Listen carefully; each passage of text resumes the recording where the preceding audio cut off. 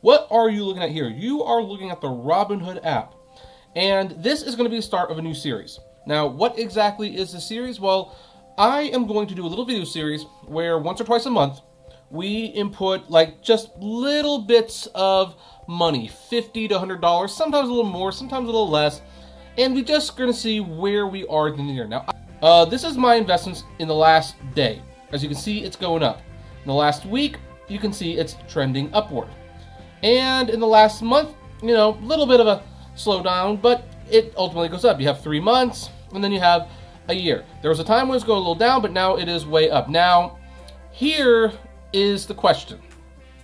How much money can you reasonably expect if you just put a little bit of money in? Like, we're not talking hardcore $2,000 investments. We're talking about like little incremental investments. So I have $100 in stock, and you and me are going to take a little journey over the next year. I've started out at like about $1,000. Let's see where we are at the end of the year, putting in little small increments here and there. Well, let's see what the results are, shall we?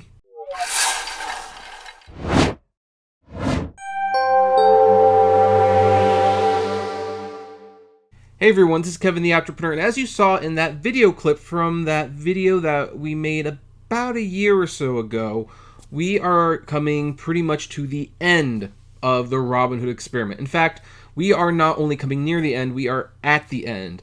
The official cutoff date was either yesterday or tomorrow, depending when this video goes up, because this might be a little bit more complicated to, discuss. But that's where we are. A year ago, I decided, I'm going to put more or less $100 a week into Robinhood and invest it here and there. I can sell stocks and reinvest them somewhere else. The only thing I cannot do is withdraw the money out of Robinhood. It has to all be in there. It has to all be investing. Unfortunately, I did break that rule once, and we will talk about that. But hey, a year has gone by, and, well, it is time to see the results. Now, it's kind of a shame that we're doing this today, because today the stock market is on a decline. When the day started out, I had about over $22,000, almost $23,000 in stocks. At the moment, it's a little less than $22,000, so I lost quite a bit of value. And even when you go through the week, it's not been a great week. This is just not very good. Over the past week, I've lost $1,500. Not great. It happens, unfortunately. Sometimes it does. But here's what's important. The year-long growth. How did I do over the year? And if you look at what I did over the year, I did very well. And as you can see, that is definitely a bit of a dip. But we've had dips before, and they tend to bounce back. When we started this experiment, this is where we were. A little under $11,000 in terms of what the stock is worth now. Actually, when I started this thing, I had just a little over $1,000, so you can see the app is adjusting for the stocks and assuming I always had them and what they gained and what they lost since that time. Now, we are almost $11,000 over. The highest we got was over $1,200. So let's open the calculator app, because we love the calculator app. And let's see what was made. $10,960.28. So, why am I putting this in the calculator? You can see right there what it is. And yeah, I know it's kind of moving a little bit. Just, let's go with it. Well, here's the thing. I kept track of the stocks I was buying and selling. Some of these stocks I don't have anymore. Like, I no longer have JetBlue. I actually have only a fraction of a share of Sony right now. CPHI, got rid of that a while ago. And I wrote down what I sold it at and what profits were gained and what losses were occurred. So let's start with the losses. And as you can see, I think I've made my first 217. So yeah, this is pretty much, this would have ended tomorrow maybe, or who knows. But, so let's start with E equals sum.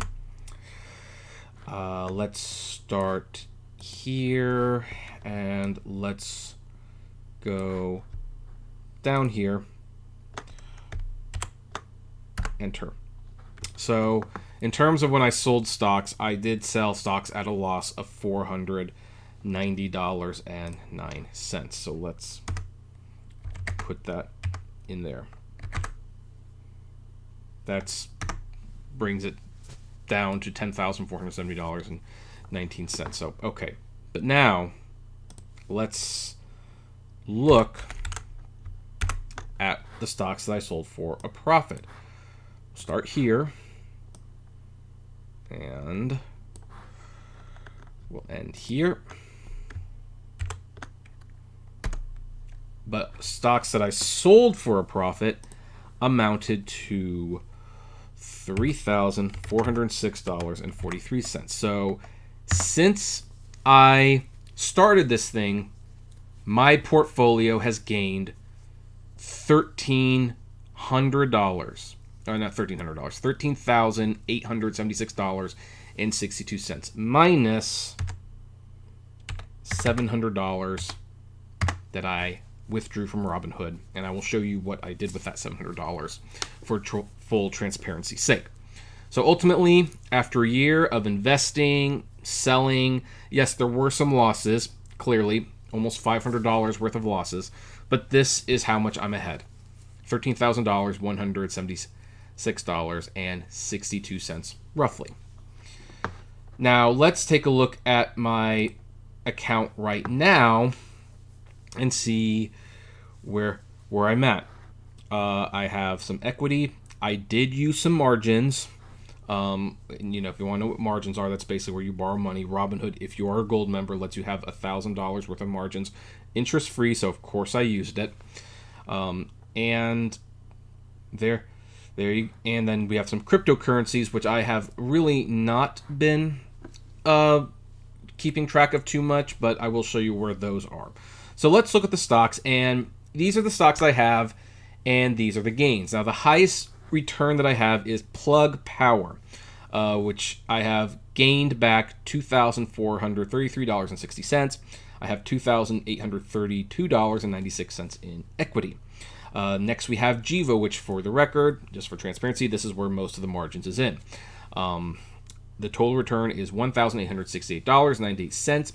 Total equity is $2,736.60. Now, then we have Airbnb, Fuel Cell Energy, Six Flags, Microsoft, Tesla. All have done very, very well. In fact, there are only 4 stocks that I am currently in the red on. Vine Therapeutics, which I am down $1.44 overall. Hertz Global Holdings, which is the car rental company, I am down $18.61 on that one. Ovid Therapeutics, I am down $91.14 on that one.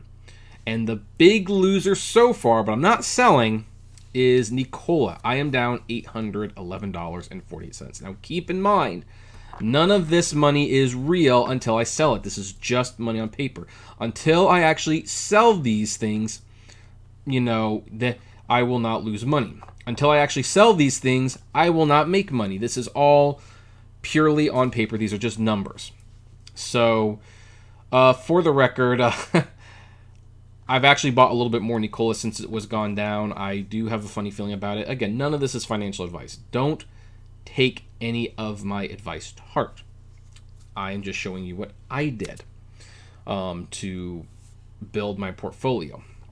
In fact, if you go to my portfolio, if you go to total return, you can even look at it there. This is the total return. That actually makes it a lot easier to see. And as you can see, I've done pretty well for the most part. Now let's talk about the one thing that we really hadn't been talking about this whole time, the cryptocurrencies. I did have Bitcoin, I did sell Bitcoin, and I reinvested into other cryptocurrencies. Ethereum, or whatever it's called, I did buy that at $1,100. It is now pretty much $1,800. I have gained $639.93. But the big one and the most controversial one is Douchecoin. I have actually put $1,000 into this thing, and I put $1,000 into it when it was much lower than, basically 5 cents a coin. So that also has a $648 return on investment, and there have been days when it's been over $1,000. Douchecoin is basically my big gamble in all of this. I don't know if it's going to go to the moon like people want it to. It's certainly cheap enough for me to invest a good chunk in it, and the way I see it, when I'm ahead $13,000 in this whole thing, I'm playing with the house's money. I may completely lose that $1,000 on Douchecoin, and it was really like $1,100. I might lose that all. But it's a fascinating thing that's going on right now, so I'm going to take the chance. I mean, if that thing gets to $1, oh boy, we'll be having a very interesting video to discuss on that. Needless to say, be careful with Douchecoin. That is by far the most volatile thing that I have. Now, you're probably asking, okay, but what happened with the $700 you withdrew, and what happened there? Well, here's the thing. As you may have known, there was a big kerfuffle with GameStop, AMC, BlackBerry, Bed Bath & Beyond. Basically, the Redditors versus the shorters. I had $100 in AMC stock. Unfortunately, I did have GameStop stock, but I sold it like a month before this all happened. Totally regret that, by the way. But I had AMC stock, and AMC stock skyrocketed, and I put a stop loss on the AMC trading, and it sold. And I did make money. I didn't make as much as I could have because Robinhood halted the trading, which forced the stock to go down. So I was pissed, and I withdrew $700 to put into Webull. This is my Webull account. And I'm obviously going to have to censor out that number. But here's the thing. I've now put $700 into this. Now, I have already bought one stock on it. I bought 200 shares of Castor Maritime Incorporated, CTRM. I bought them at 94 cents a share. Now they're at $1.31 a share. Total cost almost $190 now, $263. So we're getting into a great start with Webull. And I'm going to be doing this as my next experiment. I will be putting $100 a month, not a week, a month into Webull. And this is where I'm going to buy some of the lower priced stocks. And it's just going to be my way of familiarizing myself with the service. I'm only going to commit to like 6 months on this one, maybe not a full year, but I do want to see what I can do with my Webull account. And so when AMC gets, I do believe in the long-term power of AMC, but I think the stock will go down a little bit more. And once it goes down a little bit more, I will repurchase my 100 shares. I might even purchase more. I want to increase my share of AMC to 200 or 300 shares because I do think AMC is due for a comeback, and at least someone will probably buy them. Now, am I going to cease using Robinhood? Probably not. Robinhood is still easier to use. A huge portion of my portfolio is currently in there, but I am going to be keeping an eye on Robinhood in the future. If they don't shape up and if they have too many more problems, yeah, I might transfer my stocks. Webull will do it one time for free, and I think Fidelity will also do one time for free.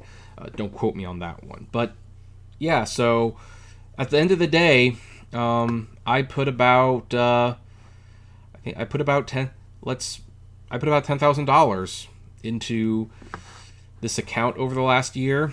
I don't have all the same stocks I did from the beginning, but I gained $13,000. It's pretty amazing. So you see, here's the thing. I'm not even the smartest person in the world. You can all do it. And again, this is not financial advice. Talk to a financial advisor. However, if you want to get started, you will get a free stock if you sign up for either Robinhood or Webull below. And then talk to a financial advisor and start looking for stocks you can buy. Just putting a little bit at a time, long term, can really make a difference. But anyway, thank you for joining me on this Robinhood journey of ours. Did you do a similar thing with me? What did your portfolio end up looking like? I would like to know. Comment below. Like, favorite, share, subscribe. And as always, flame responsibly. Have a good one.